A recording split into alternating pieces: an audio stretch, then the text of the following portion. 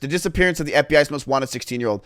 I love this guy's videos. Flying in a stolen airplane, Colton's mission was to escape the United States into Canada. But as he quickly glanced at the gauges, oh my god, the plane's running out of gas. But he couldn't land at the airport. There'd be federal agents there waiting to arrest his ass. So he finds a flat patch within the mountains, lines up the plane, puts down the flaps, prays to God, and bam.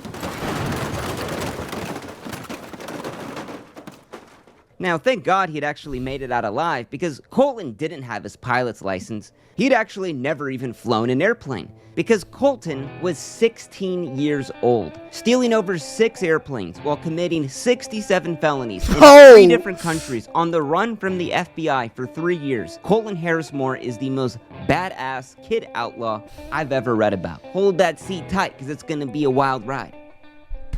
Now, Colton Harris-Moore was never the cool kid in school. The bullies picked on him, nobody talked to him, and all he wanted was what the other kids had: a clean pair of shoes, a simple haircut, and parents who just gave a shit. But his mom was an alcoholic. His dad never paid the child support. He lived in a trailer park and was forced to scrounge for food. But one day, as the bullies were picking a fight with Colton, the new kid in class stands up to all of them. A kid that had just got out of a 2-year sentence from juvenile hall, Harley Ironwing Davidson. Now, just like Colt, Harley's dad. Ironwing is the junkie, but Harley had. Forget that. Ironwing is the coolest middle name I've ever heard in my entire life. I might have to remember that for if I have a kid. Ironwing. That is the coolest middle name I've ever seen in my entire life. That's up there with Grayson. That is such a cool name. The trappings of wealthy parents: a new pair of shoes, a laptop, and hell, even an iPod. You see, Harley at the age of 16 had served 2 years for residential burglary, and they were all stolen. Now, Colton had stolen food from the neighbors, but to have everything a kid in the early 2000s would want for free, it was enticing, and Harley was going to teach him. Meeting at the cul-de-sac at midnight, Harley shows him how to pick a lock, find the hidden spare keys, and lays down some basic rules. Don't rob somebody's house if you know who lives there, don't turn on the lights, if you ever get caught or spotted, just run, and never feel guilty. As per Harley's own words, remember, this ain't hurting nobody, everything I've stolen is insured. They'll just reimburse it through their insurance and get something even better. Wise words from someone who's clearly dealt with an insurance company. Breaking into dozens of homes over the courses of weeks, Colton's thrill was being able to just eat a good meal, play some video games, and take the spare change you found as lunch money. Now, Colton knew this was bad, but then again, he wasn't hungry anymore, and life was good. But you gotta ask, where were the police in all of this with kids robbing dozens of homes? Well, the San Juan Islands, where they're from, has extreme wealth division. 1 in 3 homes in the area are vacation homes, meaning that's a lot of empty houses. Oh, that's free money. All year round. The perfect place for residential burglary. Oh, yeah. But for Colton back at home, life was actually getting worse. His mom is now physically addicted to alcohol. He had tried to check her in the rehab. She said no. He had brought AA handbooks for her. She burned them in front of his face, and Child Protective Services were called dozens of times after physical fights broke out between the two. All he wanted was his mom to get her act together so he could be a normal kid and not force to scrounge for food. Right. But no. She would throw him out in the streets to survive on his own, and he would set up a tent in the middle of the forest, and there you go, at the age of 15. Now, as the neighbors noticed their fridge was being raided of frozen pizza and tendies, the murmurs of a mysterious boy who only broke in just to eat spread fast across the island. But other neighbors noticed a lot more than just frozen tendies gone missing. At the crack of dawn, the FBI bust down the door at his mom's house. They had a warrant in hand for Colton Harris-Moore, and it wasn't for stealing frozen tendies, but for committing identity theft. His mom was shocked. No way it could have been sweet little Colt. He didn't even live at the house anymore. The FBI called BS on that, searched the home, and yeah, Colt really didn't live there. Now, tracking a scent with bloodhounds, they go deep into the woods and come across a tent stuffed at the brim. And as they unzip the door with their pistols drawn out, piles of stuff falls out. We're talking laptops, boxes of jewelry, telescopes, credit cards, driver's licenses, checkbooks, and it all linked back to Colt. God, that's so cool. But Colt himself was nowhere to be found. Once the trail had gone cold, the feds wrapped it up and called it a day. He was still hiding in that forest. Now, the next morning, a handwritten note shows up on his mom's doorstep. Cops are here. Everything's on lockdown. I'm leaving for Weatherspoon, won't be back. Cops want to play, huh? Well, it's no little game. It is war. Oh, crap. Colt had watched the whole thing go down from far away. Now, although the sheriffs there locally had no resources to actually catch him, the FBI now would bring in professional manhunters, made multiple warrants for his arrest, and placed wanted posters all over town. And Colton knew he couldn't go back home. He was truly on his own. Oh yeah, he's gone. And for a town that didn't have a lot going on, everyone was focused on trying to catch him. Now, he started stealing cars and boats and purchased lockpicks and night vision goggles with the stolen credit cards. He would hide out in the empty homes when the FBI helicopters were overhead. The police pulled up to several homes he was in the middle of breaking into and managed to escape every time. Homeowners came back to seeing Colt just chilling on their couch, only to vanish out the door the next without that's trace. sick. And the local newspaper was listing burglaries by the day for months. So to outrun the FBI with professional manhunters for months at the age of 15, I'm not going to condone it, but that's impressive. But if we're as smart as we think Colt is, he had one nasty habit: leaving the lights on. And when residents noticed the lights on in the one neighbor's house who was gone on vacation, they called the cops. Now, dozens of officers surrounded the home without the sirens and lights. He couldn't run this time, and he had been caught red-handed. No.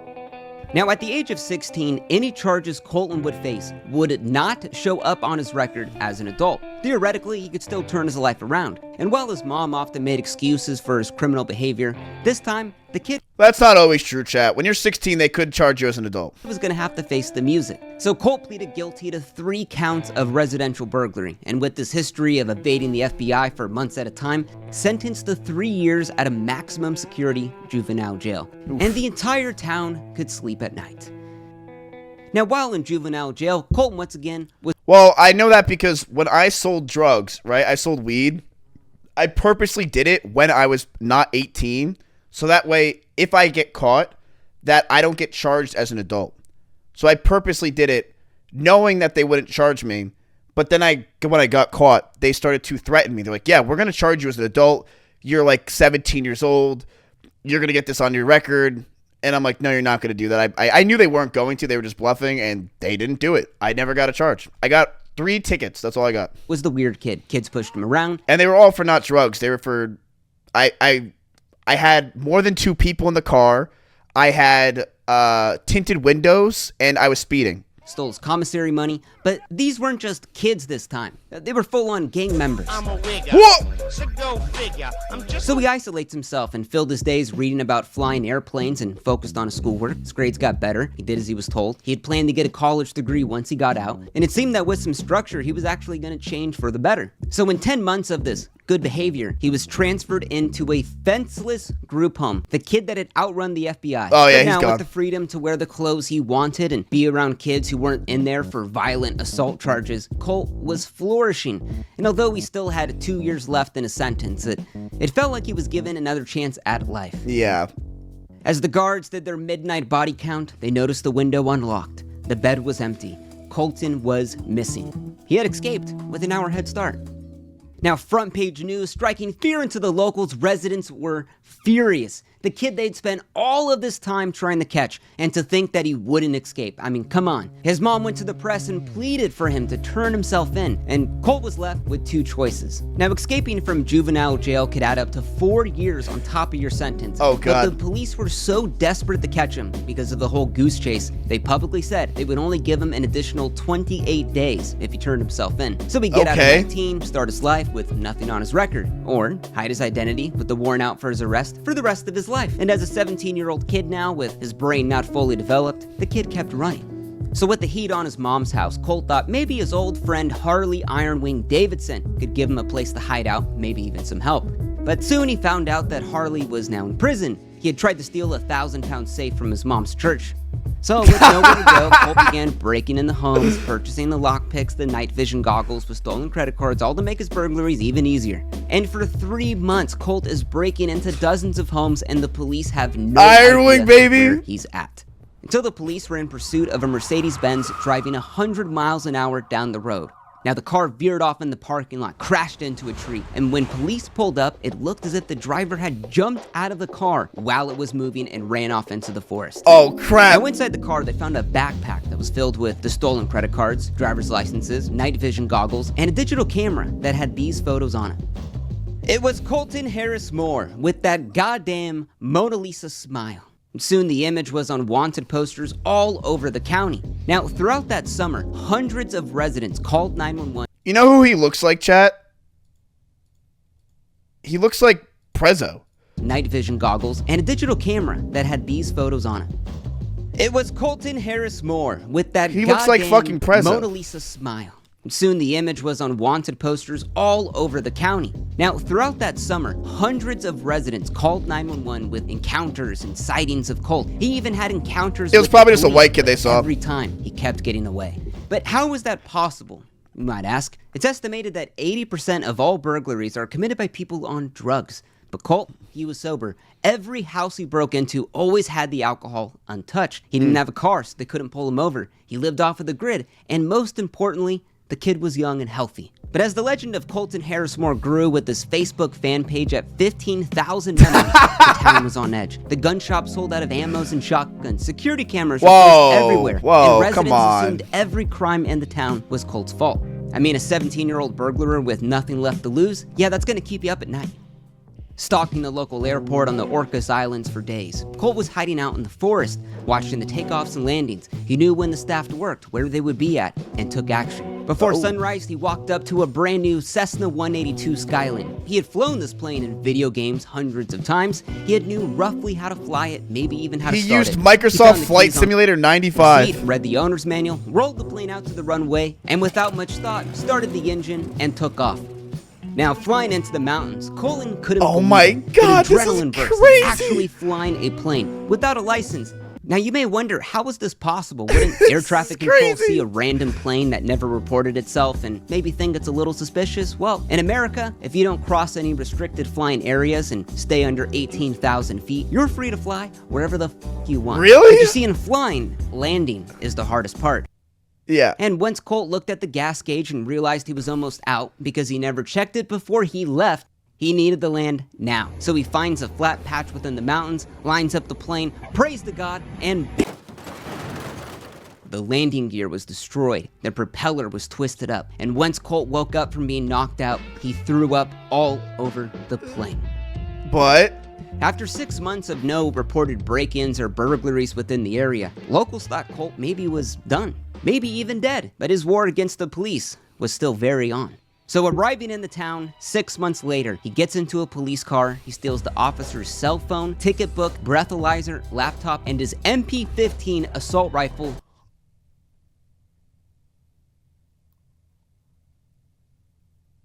what happened to the Dino Nuggies? With the box of rounds. So far, Colt hadn't harmed anyone physically, but now he was armed. Who knew what he was capable of?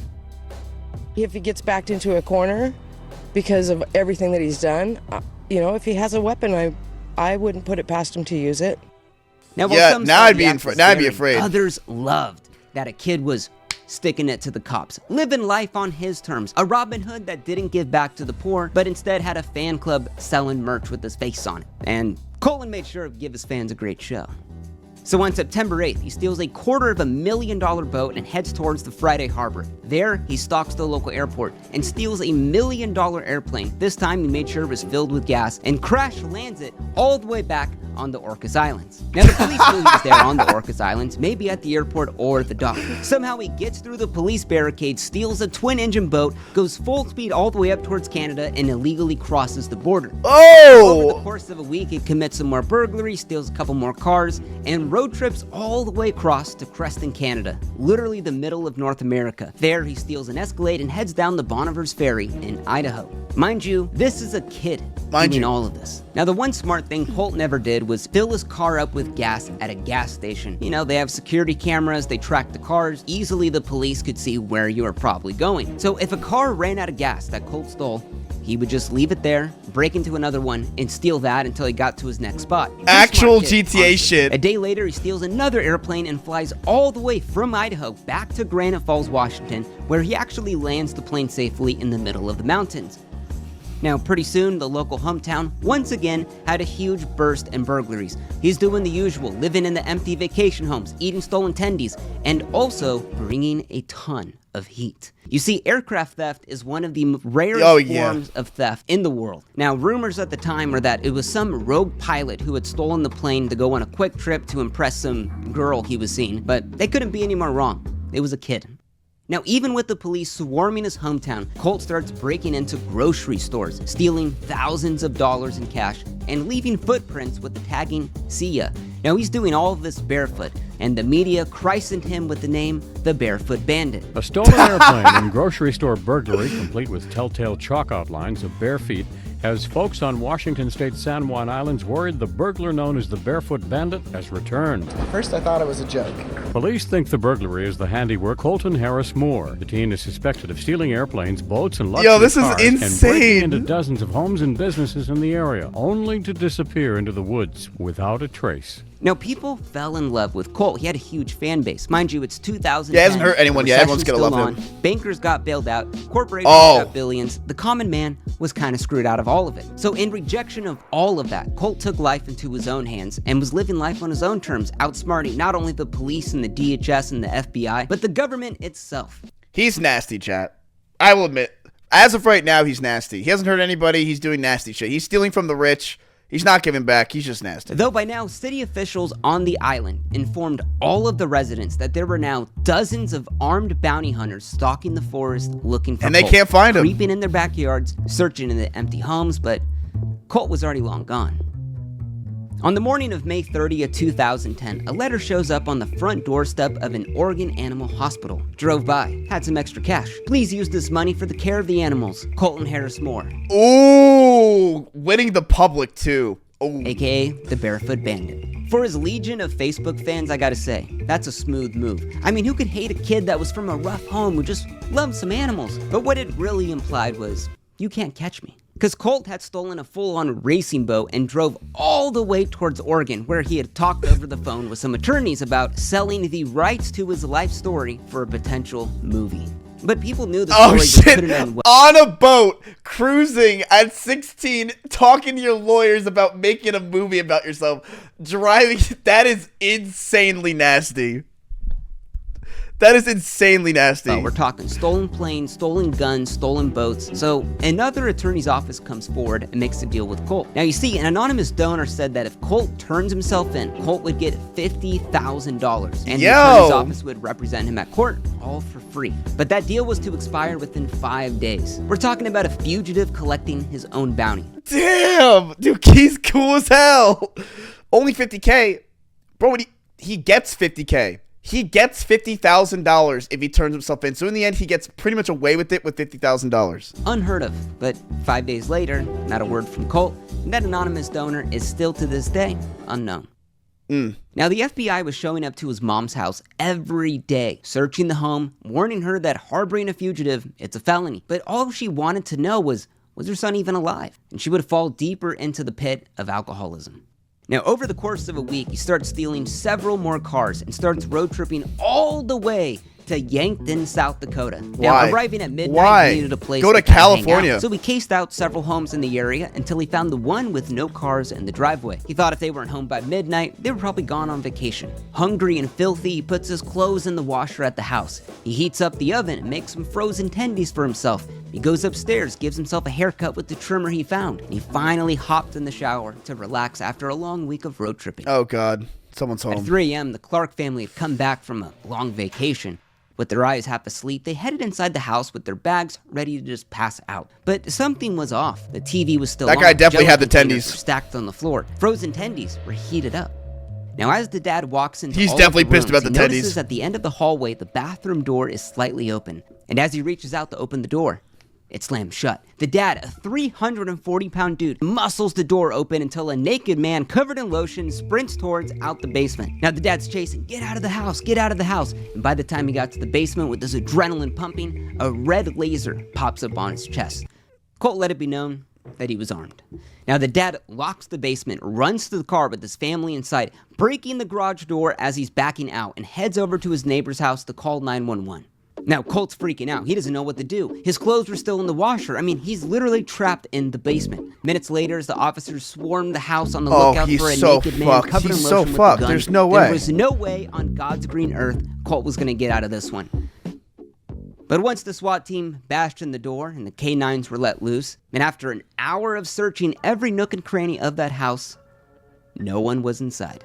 So with the forest close by, bloodhounds and helicopters with thermal cameras are searching all over the area, but Colt had escaped. And this time it was close.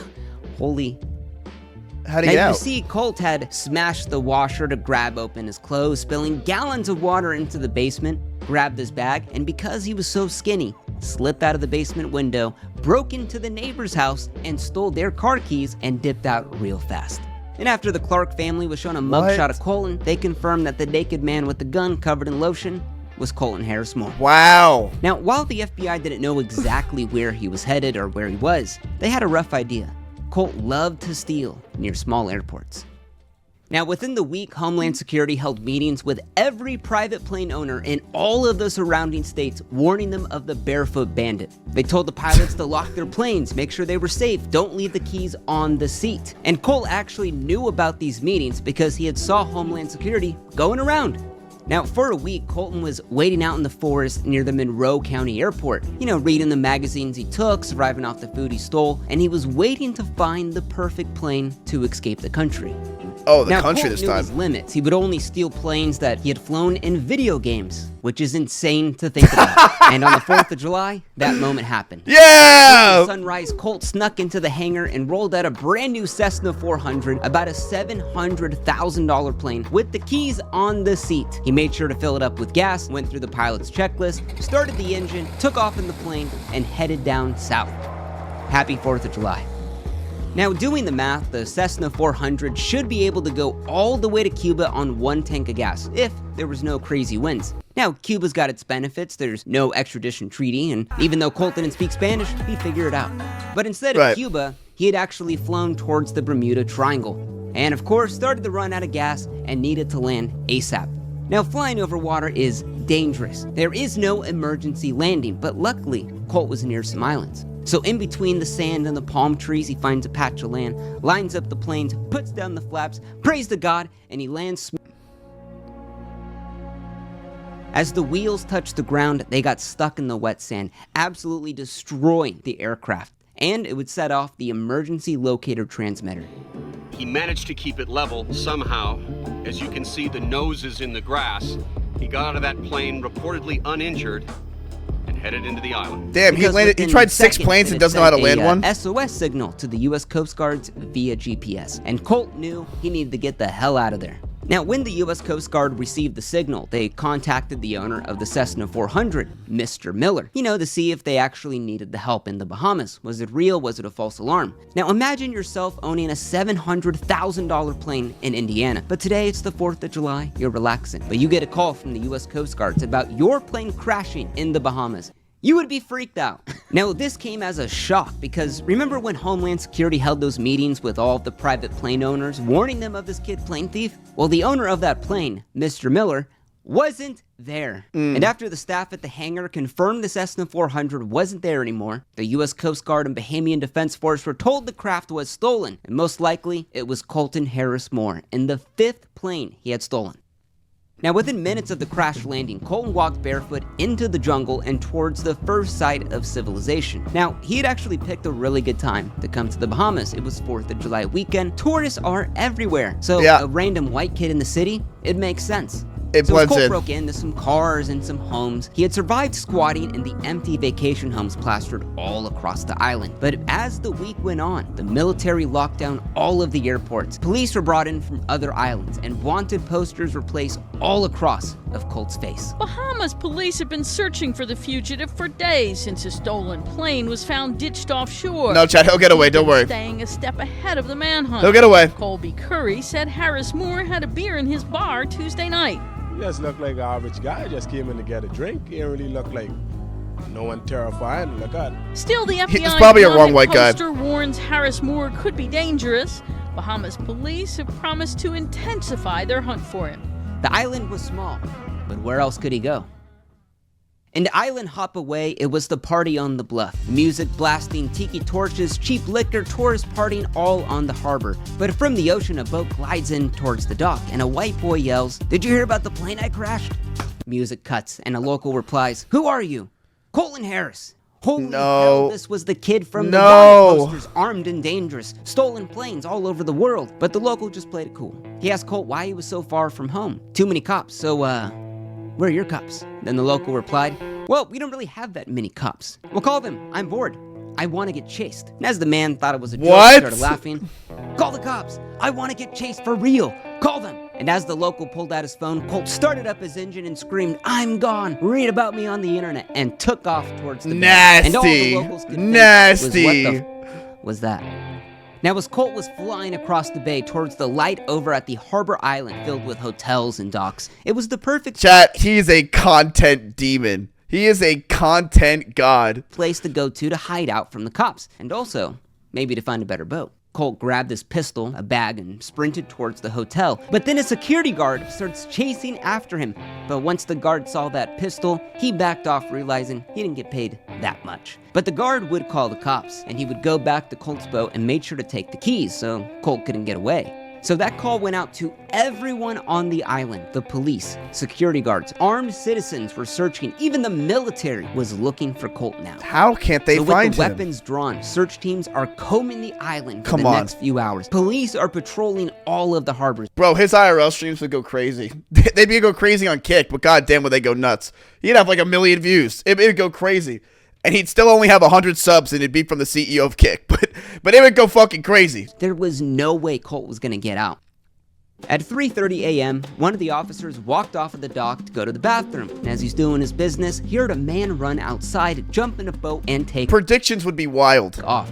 God damn it, it was Colt hiding in the bushes, waiting for that perfect moment the entire time. Officers with machine guns and police boats started chasing him out of the bay. It's gotta be over here. There was no way to actually catch him because the boat that Colt had stolen was fully capable of outrunning the cops, and even better, had a full tank of gas. See, while the ocean was quiet, the roar of the engines could be heard all across the island. And as Colt looked back, watching the police lights fade into the horizon, he couldn't help but smirk. But just as the boat starts losing speed, he'd realized he had just hit a sandbar and had beached the boat. He gives it more gas, but it only dug him in even deeper. You see, when Colt was looking at the cops, he had missed the boat's GPS warning of the upcoming sandbar, and now he was stuck. His 2-year-long run comes down to this. And honestly, he froze and held his gun to his head.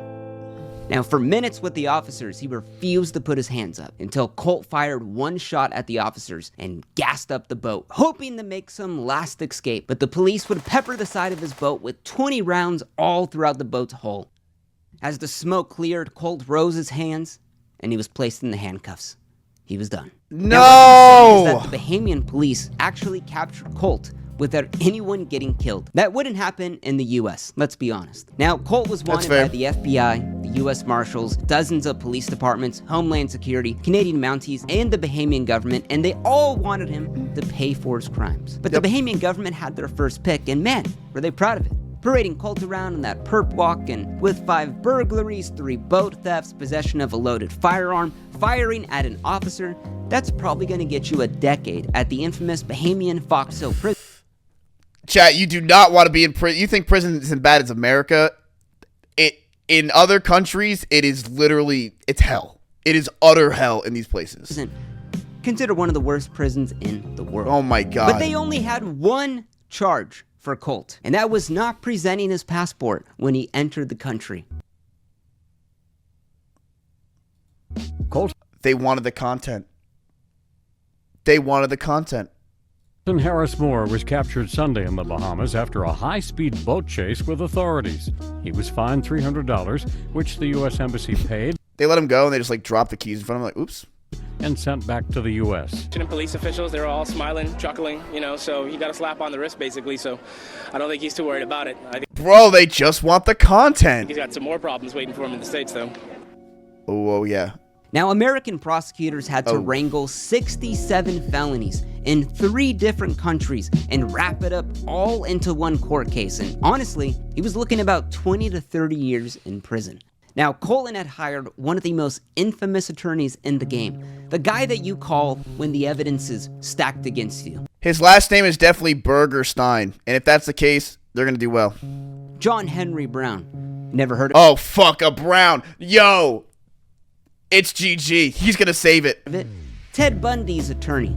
Now, they had calculated the restitution for the planes, the cars, the homes, the search operations at a staggering $1.4 million that Colt was going to pay.